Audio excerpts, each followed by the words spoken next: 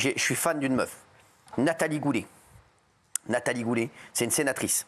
Elle était ce matin sur CNews. Elle pense que la France est un pays trop généreux à en devenir un aimant à fraudeurs. Écoutez bien ça, là. Ouvrez vos esgourdes, là.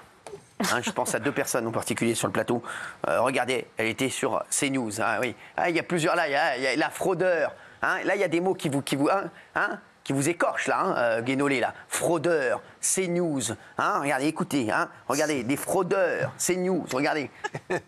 Merci. 850 milliards d'euros chaque année de prestations sociales. Absolument. 12 550 euros par habitant. Ça, c'est une moyenne. Oui, on est le pays le plus généreux du monde. C'est énorme. Ouais, Énorme. Un aimant à fraudeur. Est-ce que le système de contrôle est au niveau de ces sommes? Non, il n'est pas. D'abord, si vous voulez, le système est déclaratif. Donc, comme le système est déclaratif, le contrôle se fait a posteriori. Et souvent, trop tard pour récupérer des sommes indues. Mais il est souvent trop tard pour beaucoup de choses. Et là, alors là, moi j'adore. Alors là, je vous pose la question. Êtes-vous d'accord avec la sénatrice Nathalie Goulet? Alors, pour une fois, je vais me faire une pancarte. Je vais mettre oui, je vais faire une pancarte avec ça. Arrête. Voilà. Non, mais je mets oui, voilà, vous le voyez pas, mais je mets oui. Bien sûr que je suis d'accord avec Nathalie Goulet. Ah, bien sûr, c'est incroyable. C'est pour ça qu'on est un des pays les plus endettés. C'était le pays le plus endetté. Ça vient exactement de là. Donc, c'est pas la peine de regarder vos petites fiches, que moi j'ai toutes les infos. Je vous le dis, c'est 50 milliards de fraude, quoi qu'il arrive. Et puis, c'est ce qu'il vient de dire, 12 500 euros. On en était fou avec Raymond tout à l'heure. On en a parlé parce qu'il m'écoute à la radio. Et merci d'être un auditeur assidu. Je suis dans la voiture, surtout. Oui, bah non, bah, ouais, mais c'est pas parce que tu aurais pu être dans la voiture et faire autre chose. Et ça fait extrêmement plaisir. Parce que Raymond, ça va. Je veux vraiment t'entendre dans un instant. Pour l'instant, j'ai envie de me faire mal aux oreilles. Je vais entendre Gilles Verdez. Mais j'ai vraiment. Et après, je vais redescendre d'un étage ou deux. Alors d'abord, c'est l'honneur de la France, c'est 12 550 euros, c'est pas du tout l'honneur de la... C'est je vais vous dire, déjà, moi, je veux répondre déjà à votre premier truc, Gilles Verdez. C'est pas du tout l'honneur de la France, Gilles Verdez. C'est le désastre de la France. Et c'est ce qui est en train de tuer la France, Gilles Verdez. Je vous le dis, tant que ça s'arrêtera pas, je vous le dis, on va aller dans le mur. On ne peut plus se permettre aujourd'hui d'avoir 848 milliards. Hein 848 milliards. 850 milliards. Mais vous avez vu dans quel état on est aujourd'hui? On a plus de 3 000 milliards de dettes. Donc aujourd'hui, on ne peut plus se le permettre. Gilles Verdez, il faut que vous compreniez. Vous savez, un pays, c'est comme une entreprise. Parfois, quand ça marche très bien pour une entreprise, forcément, on peut se permettre de faire des choses. Quand on voit que l'entreprise marche moins bien. Thomas Guénolé, c'est pas la peine de faire comme ça. Les entreprises n'ont pas d'armée. Vous avez géré deux entreprises n'ont pas d'armée. Mais, mais regardez-moi son argument. Mais Thomas Guénolé, mais retournez en cours, Thomas Guénolé. Retournez en cours, Thomas Guénolé. On parle pas d'armée. On parle justement. Les entreprises comptent pas en actifs et passifs. Mais vous comprenez rien, Thomas Guénolé. Un pays se gère comme une entreprise. Justement. Mais Thomas Guénolé, vous savez tout mieux que tout le monde. Non, mais là-dessus, c'est pas vrai. Vous habillerez pas comme Ralagaf dans le Big Deal. Merci. Mais quel rapport? Gilles Verdez. Bon, alors, deuxième chose. Derrière tout ça, qu'est-ce qu'il y a? Vous allez aller vers la fraude sociale. Derrière tout ça, Cyril. Regarde où t'es, regarde où je suis. Merci. Mais ça n'a rien à voir. Bah si. Et je suis content de je parle à Guénolé, pas à vous. Ah, pardon. Je suis content d'être. Il est insupportable. Derrière tout ça, parle d'une armée. vous allez aller vers la fraude. C'est pas pareil. Et qui parle? Ça n'a rien à voir, c'est deux choses différentes. Thomas Guénolé, parlez à Benaïm, elle a envie de vous. Parlez à Benaïm, elle vous adore. Non mais c'est parlez à Benaïm, elle vous adore. L'entreprise n'a pas de souveraineté sur un territoire, vous le savez en plus. Derrière tout ça, vous allez aller, et sans doute légitimement de votre point de vue, vers la fraude sociale, en disant que beaucoup de ces prestations répondent à des fraudes. Oui. Notamment, j'en suis sûr, vous allez parler de fraude à la carte vitale, Cyril. Ouais. Mais moi, j'ai pas dit. Bon, alors les fraudes à la carte vitale. Pourquoi vous vous adressez à moi? Alors à qui je m'adresse? À Guénolé. Merci. Ou à Maître Divisio. Ouais. Les fraudes. Bah, personne ne veut à qui je peux parler, moi. Bon, à Valérie, voilà. Ouais. La seule qui m'écoute. Vous n'avez rien d'autre à foutre, c'est ça, non? Bon. Bon, Valérie, là, vous allez parler de fraude à la carte vitale. On va pas parler que de ça, Gilles Verdez. Non, mais notamment. C'est l'ensemble. Oui, mais d'accord, mais par exemple, on prend la carte vitale. Ça n'existe pas, les fraudes à la carte vitale. On dit les cartes vitales, il y a de la fraude. Il n'y en a pas. Moi, je connais des gens qui demandent de la carte vitale depuis des mois, ils ne l'ont pas. Normalement, c'est 3 mois. Et la carte vitale, il y a des fraudes énormes. Mais Gilles Verdez, taisez-vous, j'ai eu des ambulanciers, mon père était médecin. Vous m'avez demandé de parler. Mais mon père était médecin, il m'en parlait. Mais les mecs, mais vous êtes fous quoi? Il y a Alors, mais Gilles, Allez, Gilles Verdès, taisez-vous, vous dites des bêtises. En 2013, on évoquait 7 millions, entre 5 et 7 millions de fraudes à la carte vitale. C'est 2013. Aujourd'hui, en 2021, il y a eu des chiffres officiels qui sont sortis. Et ils ne reconnaissent que plus de 3 000 fraudes à la carte vitale. Voilà, 3 000. C'est très peu. C'est ce qu'ils disent officiellement. Oui, mais après, on sait que ces chiffres sont pas bons. Moi, quand je parle à tous les médecins autour de moi, des brancardiers, des gens qui travaillent aux urgences, il y a une gabegie, et il y a une triche, et il y a une fraude, c'est hallucinant. Et en fait, c'est presque institutionnalisé. C'est-à-dire qu'en fait, tout le monde se sert de tout le monde et personne n'ose le dire et le truc continue comme ça. Alors, il y a des faux arrêts de travail, des fraudes à l'identité, la falsification de documents authentiques, le trafic de médicaments. Ça n'arrête pas. Et oui, effectivement, je pense qu'il faut qu'on soit extrêmement rigoureux, qu'on commence à faire un audit précis et qu'on commence... Toi, ce qui se pose problème, c'est le côté social. Non, vraiment pas. Je te jure que non. Les gros fraudeurs sont pas ceux dont tu parles. Excusez-moi, Thomas, elle parle à Gilles Verdez. Non, elle me parlait à moi, en fait. Non. Je parlais un peu aussi à Guénolé. Ce qu'il faut quand même dire, Géraldine, c'est que le préjudice financier à l'assurance maladie, c'est essentiellement les professionnels de santé à 70%. Ah non. Ça, c'est parce qu'on imagine tous que c'est les particuliers qui fraudent. Ah non, c'est 10%. Pardon ? C'est 10%.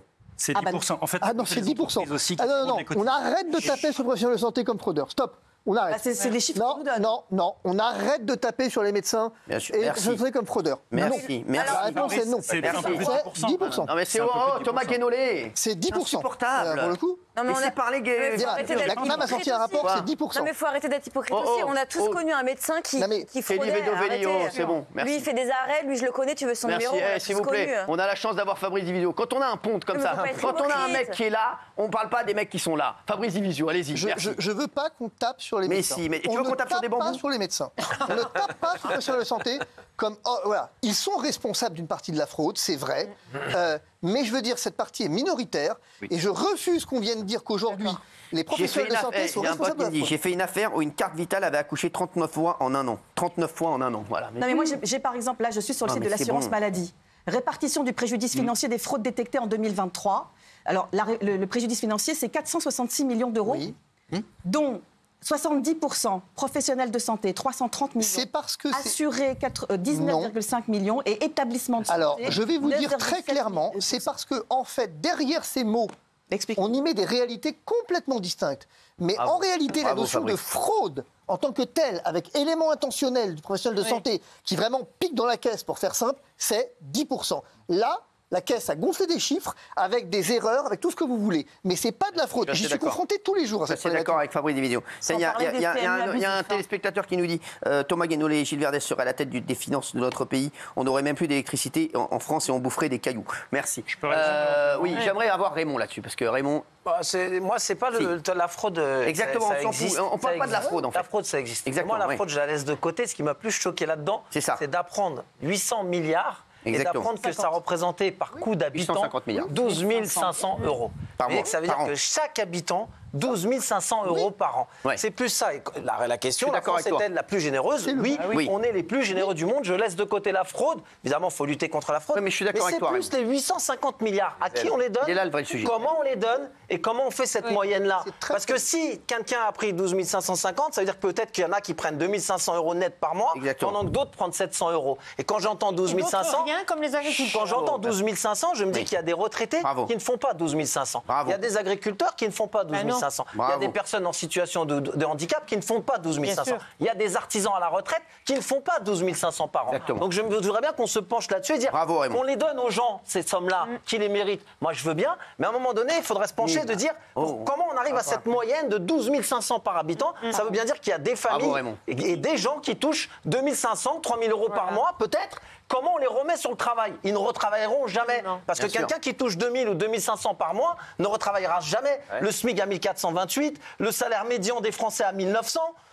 Quand tu touches 1100, il y en a, ils ne les touchent même pas. Je me dis que tu n'iras jamais travailler. Un salaire médian à 1009, si tu prends 2000 d'aide, tu ne retourneras jamais travailler. Moi, je pense à un truc. Moi, je pense que si on demandait aux Français, si on leur baissait les cotisations et qu'on leur disait, on vous donne plus d'argent dans la poche, Je suis sûr que si on faisait un sondage, si on demandait aux Français, si on faisait un référendum, je suis sûr que les Français diraient oui. C'est sûr et certain. Le problème est exactement sûr et certain. Il est là le problème. Exactement. Bah, bien sûr. C'est le coût du travail. C'est ce qu'on dit tous les soirs. Je veux dire, si effectivement vous diminuez le coût du travail, bien sûr. vous relancez la machine à l'emploi et vous permettez aux gens d'avoir un reste à vivre plus important. Bien sûr. C'est tout. On est tous confrontés à ça. C'est ça. Oui. Il y a quand même un truc là qu'il faut. Raymond, c'est complètement juste. C'est-à-dire que le vrai débat, il est là. C'est mon pote. Le vrai débat, il est celui finalement de la générosité. C'est-à-dire effectivement de comment on distribue cette générosité. Comment on les distribue, ça. Bien sûr. Être généreux, c'est bien. Oui, c'est ça. Je suis généreux, je suis d'accord. Voilà. Moi, je trouve que l'idée de générosité, elle est très belle. C'est bien que les soins soient remboursés, que l'école soit gratuite, etc. Mais le problème, c'est redonner l'argent dans les poches des Français. C'est les allocations qui sont distribuées partout. C'est le chômage, les gens qui pourraient très bien travailler, qui préfèrent toucher un chômage parce que parfois, comme l'a dit Raymond, on touche plus en ne travaillant pas qu'en travaillant. Et je suis sûr que si on donnait juste de quoi payer les soins à ceux qui en ont besoin, aider ceux qui en ont vraiment besoin, on serait une sorte d'équilibre. Mais là, le problème, c'est que les gens se font dépouiller, se font racketter de partout. Et ceux qui sont censés en bénéficier n'en bénéficient même pas. Et il y a des fraudeurs qui se gavent à côté. Voilà. C'est pas possible. Alors, on va avoir mal aux oreilles, mais il y a Guénolé qui veut parler, qui n'est pas d'accord avec vous, Raymond. Donc, tu prends ta veste de chasseur, là, et tu lui dis. Merci. Non, c'est pas ça. C'est juste que d'abord, alors sur la fraude sociale, en fait, les plus gros fraudeurs. C'est les entreprises. C'est les entreprises et les prestataires. Excusez-moi, Thomas Guénolé. La fraude, je veux qu'on parle. Non, mais je voudrais le rappeler parce qu'on dit. Pour moi, le sujet, c'est pas la fraude. C'est ce qu'a dit Raymond, c'est la générosité. C'est juste important de rappeler parce qu'on tape tout le temps sur les usagers fraudeurs et on ne parle pas des entreprises qui fraudent. Voilà. Donc ça, c'est le premier truc. Et la deuxième chose, moi, je trouve dommage qu'on se focalise sur comment modifier les cotisations sociales pour pouvoir redémarrer par rapport au coût du travail. Il me semble qu'il y a une autre option dont on parle quasiment jamais, c'est l'innovation, le progrès technologique. Mais bien sûr que si.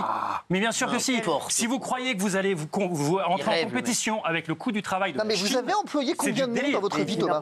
Non, mais là, combien de salariés vous avez embauché? Vous avez le droit de comparer ça à une PME. Non, mais c'est pas le problème de moi, je compare rien à rien. Je constate qu'aujourd'hui, on a des cotisations sociales qui sont les plus élevées. On a un coût du travail qui explose. On a des cotisations sociales qui sont totalement aberrantes en fait. On paye de plus en plus avec des services qui fonctionnent de moins en moins. Alors pourquoi on est la première destination des investissements directs étrangers en Europe? Vous allez m'expliquer ce mystère. Si c'est l'enfer, vous ne vous rendez pas compte, c'est ça le problème. Vous ne vous rendez pas compte que là où vous avez raison, c'est de dire qu'on ne sera jamais en compétition avec des pays de la Chine ou ce que vous voulez. Néanmoins, donc il faut une Néanmoins, on vous explique qu'on est quand même généreux. C'est ça le débat. Oui, et je voudrais vous raconter un truc, une anecdote. Là, ce matin, j'ai fait un truc important et qui va dans le thème du. Non, ce matin, effectivement, j'ai fait un audit. J'étais en clinique ce matin, accompagné de médecins pour un audit. Donc, j'ai assisté à leur consultation. Je suis allé dans le service avec eux, en cancérologie et en chirurgie. Et je crois qu'il faut vraiment se rendre compte de ce que ça représente. On a affaire à des gens avec des traitements, mais je veux dire, au prix exorbitant, des interventions au prix exorbitant. Je n'ai vu personne payer 1 centime ce matin. Voilà. Je veux dire, j'ai passé la matinée dans les services, je n'ai vu personne. T'as tout dit. Il y a des exemples comme ça. Personne. Je veux dire, et le médecin, eh bien, effectivement, pour sa part, n'a pas demandé 1 centime. Et à chaque fois, il m'expliquait. Tu vois, là, si ça, je faisais payer, là, le traitement, c'est 20 000 balles. Et à chaque fois, il disait à ses patients un truc qui m'a marqué. Un des médecins disait, quand même, quel beau pays, la France. Jean-Michel.